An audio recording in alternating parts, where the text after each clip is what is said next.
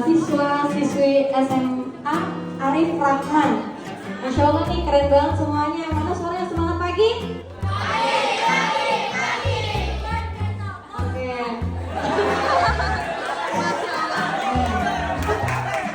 Pasti. Yang menarik apa nih?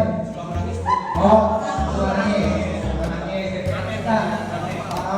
Biar objektif ya, jadi setiap divisi ngomong akuin aja kesalahannya kalau memang ada kurangnya supaya untuk tidak kurang teliti juga Bu di tempat ini karena saya nggak pernah sama pendidik gitu ya. Nah ini per divisi aja.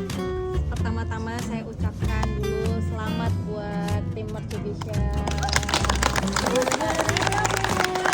Ya syukur saya tahu teman-teman semua itu udah berupaya semaksimal mungkin. Cuman di rapat ini kita nggak boleh berbangga hati dan puas diri. Pasti ada yang menjadi catatan. Tujuannya bukan menyalahkan, refleksi benar apa enggak. Itu ya. Gimana?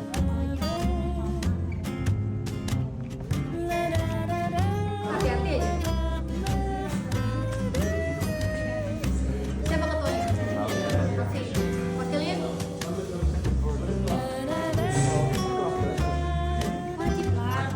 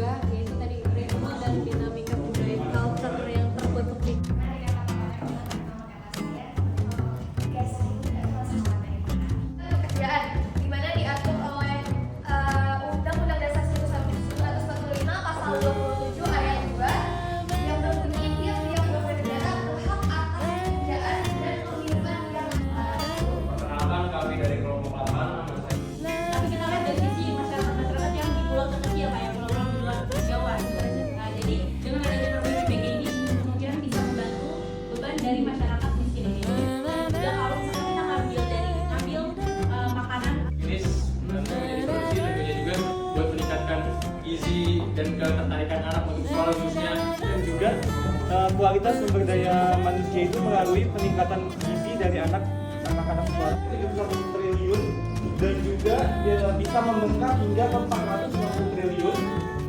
Pendek. Nah, negara maju aja berani berinvestasi besar di awal demi hasil besar di masa depan. Kita melek ke Papua sana yang kita lihat tuh masyarakat di sana perkampungannya aja itu untuk ditempuh ke sana itu susah. Coba kita lihat, kita sama-sama lihat, open mata gitu, buka mata. Makan gizi gratis itu tentu menunjang karena masyarakat ngerti kan menanam apa aja tanaman yang memenuhi gizi mereka. Kita harus kasih mereka pemahaman kalau ini penting gitu. Ini akan mencukupi nutrisi mereka. Seblak, cireng, apapun itu udah gak sehat. Makanya Prabowo tuh membuat makanan berprotein tinggi, bergizi. Membedakan rakyat miskin atau gimana, ini untuk memastikan hak dasar mereka itu terpenuhi dengan perbaikan gizi itu. Ini sebagai objek penerimaan program mereka, tapi negara harus bisa melihat warganya itu sebagai subjek perubahan seperti itu. Benar tadi yang bilang sama Suti, kalau misalkan kita kenapa nggak bisa lihat dulu dari daerah itu. Nah, kita mungkin bisa mulai dari daerah Natuna ini. Bisa dong, silakan. Kepada masyarakat. Jadi ilmu yang mereka miliki ini juga harus bisa di-sharing kepada masyarakat. Supaya apa? Supaya kita semua bangsa ini bisa menjadi jauh lebih baik. 3 pokok materi. Yang pertama ini tentang etika bermedia sosial gitu ya. Nanti adik-adik belajar untuk bagaimana menjaga privasi gitu ya, memfilter segala bentuk informasi, kemudian bisa men-sharingkan kembali bukan hal-hal di netizen yang positif. Kemudian nanti yang sesi berikutnya nanti adik-adik media sosial. Bu Gadis juga punya main juga di media sosial gitu ya. Saya nggak mau ketinggalan sama mahasiswa. Kalau mahasiswa tahu Instagram saya atau platform saya, setiap hari saya pasti ngasih makan. Ngasih makannya tuh berupa konten. Tiap hari pasti saya akan memberikan informasi dari platform sosial media saya. Kenapa? Tune in, masuk ke dalam dunia digital ini, tapi dengan hal-hal yang positif saya miliki. Jadi kalau misalkan ada hal positif, pasti ada hal negatif. Saya mau menjadi bagian dari hal yang positif. Saya belajar bagaimana menyesuaikan platform-platform tersebut. Kalau bisa selain membentuk image yang baik, saya juga kalau bisa hasilin cuan dari media sosial, gitu ya. Nah, bisa nggak ke situ? Bisa. Itu nggak butuh modal untuk cari uang gitu ya melalui media sosial itu kita bangun branding, bangun trust supaya nanti kalau teman-teman mungkin yang mau wirausaha gitu ya, itu orang lebih trust kalau teman-teman punya image yang baik di media sosial. Jadi langkah awal untuk bisa lebih hebat lagi, sedikitnya gitu ya, teman-teman bisa mengonten di media sosial sendiri itu dengan hal-hal yang baik dan positif. Hal di industri kerja sekarang, ini saya jamin nih, semua HRD manapun itu pasti minta alamat media sosialnya, seriously. Nanti kedepannya itu segala sesuatu bentuk informasi di diri kalian itu akan dipantau, dimonitor, dan dipertimbangkan value-nya di dunia kerja. Jadi kalau misalkan bisa dibangun dari sekarang, kapan lagi?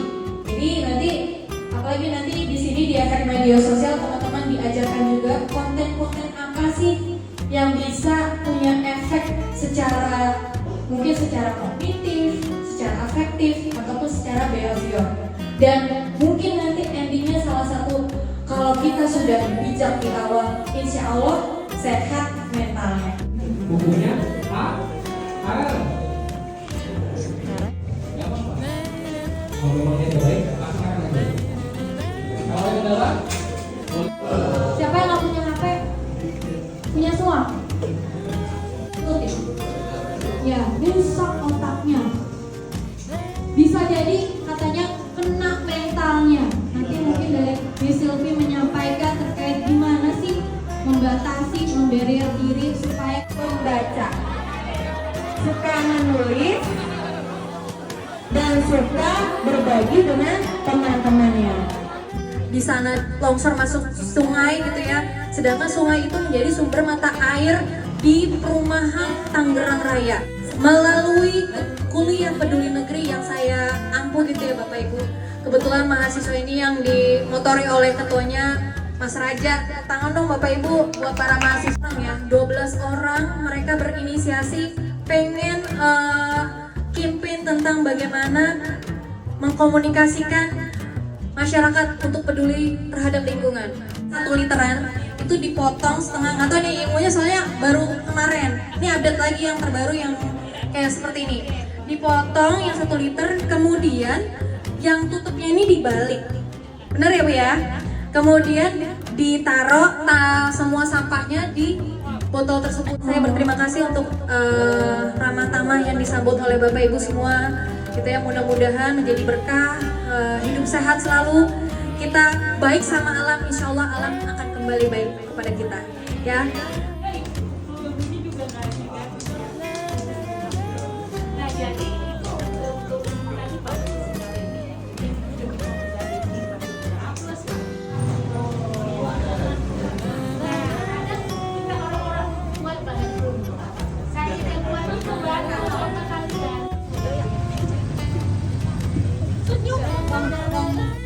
dengan menambah ilmu bisa nambah rezeki lagi nanti. Baik, sebelumnya saya berterima kasih terlebih dahulu untuk para teman-teman mahasiswa yang sudah melaksanakan kuliah peduli negeri hari ini. Tangan dan sosial, bener gak? Jadi kelihatan wajah-wajah surga gitu ya. Bukan karena tua. Bagaimana bikin proposal yang baik, bagaimana bisa pitching sama stakeholder, bagaimana bisa upload konten di sosmed, marketingnya gimana. Ini kan mata kuliah peduli negeri bisa saya arahkan ke para driver ojek online. Saya mohon maaf sekiranya kalau ada kekurangan dalam penyampaian. Saya berterima kasih banyak untuk para komunitas Elite Squad. Kemudian saya berterima kasih untuk RW 02, untuk RT 01. Berterima kasih untuk Pak Herman beserta semua jajaran pengemudi ojek online.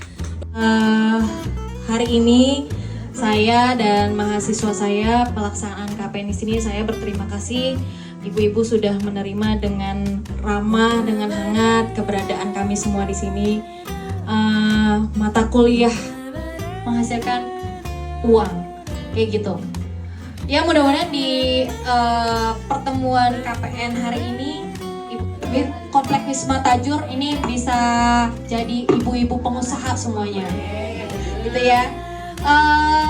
Minggu depan kita belajar lagi tentang personal branding sama pembuatan konten. Produk yang udah ada, tokonya udah ada. Nah, gimana cara mengisinya itu harus ada video, harus ada foto. Nggak tahu 1 tahun 2 tahun ke depan itu seperti apa. 1 tahun setelah ibu udah menerapkan, pokoknya 1 hari 1 video atau 1 produk yang di post, 1 tahun ibu udah bisa banyak gitu ya. Nah, kalau enaknya di e-commerce ini Bu, barangnya tuh nggak perlu eksis atau itu kalau nggak salah ada keterangannya setelah pemesanan kira-kira berapa hari lagi. Itu kan nol modalnya. Yang penting, apalagi kalau ibu udah punya toko satu jenis produk nih, kemudian ibu rajin share link di WhatsApp. Di WhatsApp itu kan variatif banget ya orang-orang yang nontonnya gitu ya. Iya, saya selalu lihat Bu, saya tuh kalau posting video atau itu saya bukan lihat siapa yang nonton, tapi saya lihat jumlahnya. Misalkan jumlahnya hari ini 60 orang, besokannya itu 40 orang, berarti itu video atau postingan foto saya kurang menarik. Nah berarti akan lagi ngajar atau di kampus, itu view-nya kok lumayan banyak. Jadi kalau pas view-nya banyak, ya udah Bu, tinggal tempelin link aja, tadi link produk. Nah orang ngeklik aja itu dapat duit. Itu followers di TikToknya 36 juta, di Instagramnya 20 juta. Kalau dia share link toko Shopee-nya aja, waduh, itu dari itulah 5% dari followersnya aja udah pasti dapat duit berapa itu, kayak gitu ya. Dan zaman sekarang Bu, untuk modalin bisnis pasti besar banget. Nggak mungkin kan ya, gue mau punya bisnis nih, tapi kan butuh modal. Sedikitnya bikin kayak apa sih yang booth di depan Alfa itu minimal 10 juta atau ya 5 juta sampai 10 juta. Butuh modal Bu. Nah kita mah Bu, kalau sana modal-modal kayak gitu ya Bu ya, mending itu bisa dijual lagi gitu, asalkan kreatif dan mau rajin, itu sebenarnya bisa aja. Nah salah satunya produktivitas yang paling low cost gitu adalah bikin aromaterapi dari minyak jelantah. Kan ibu-ibu kan minyak jelantah sayang ya kalau nggak dipakai gitu atau dibuang, sayang, malah jadi rusak lingkungan. Daripada dibuang lebih baik jadi barang yang bisa dijual lagi gitu. Nah tapi kalau produksi terus nggak ada penyerapannya, kita kan juga males improve-nya gitu, males update-nya. Ya jadi harus dijual supaya kita juga ada motivasi untuk memperbarui produk apalagi ini yang bisa dijual gitu. Makanya kita memanfaatkan e-commerce. Daripada belanja terus, lebih baik sekarang istilahnya jadi afiliator gitu. Cuma modalnya nggak ada Bu, modalnya nggak ada, beneran nol modalnya. Tapi kemauannya ini yang di challenge, mau atau enggak. Kalau sekarang saya dulu update status cuma foto atau video gitu ya. Sekarang update-nya nambah Bu. Share link, copy linknya, kemudian share. Tapi daftar dulu jadi Shopee Affiliator gitu ya. Sebenarnya banyak platformnya, bisa TikTok afiliator. Sekarang cuman modal megang handphone tanpa harus capek beli produk, modal. Kalau bisnis kan ada potensi rugi gitu ya. Tapi kalau ini sharing tuh nggak ada potensi rugi. Ya balik lagi ke maunya, mau atau enggak gitu. Dimulai atau tidak. Kalau nggak dimulai, ya berarti ibu-ibu melewatkan apa hal yang sebenarnya gratis gitu. Luangkan waktu untuk nonton video-video yang kayak orang yang sukses di afiliator, orang yang sukses jadi content creator, orang yang sukses. Jadi itu tambah lagi update ilmunya. Saya rasa ini juga perlu diterapkan sama ibu-ibu. Meskipun ibu-ibu di rumah, di dapur doang nih Bu, jangan pernah berhenti untuk mencari inspirasi dan pembelajaran. Karena ini penting banget buat kita upgrade diri, sehingga kita bisa mengoptimalkan potensi kita nih Bu. Gak cuma ya kadang kita ada waktu gabut, mau gak mau jadinya rebahan. Gak apa-apa lah. Jadi ada dua kepentingan di share posting gitu. Dan itu kan semua gak butuh modal. Kalau sekarang logikanya gitu ya, bangun bisnis modalnya bisa puluhan sampai ratusan juta. Masa nggak mau sih dapat penghasilan tapi modalnya nol? Nah kayak gitu aja. Jadi mau nggak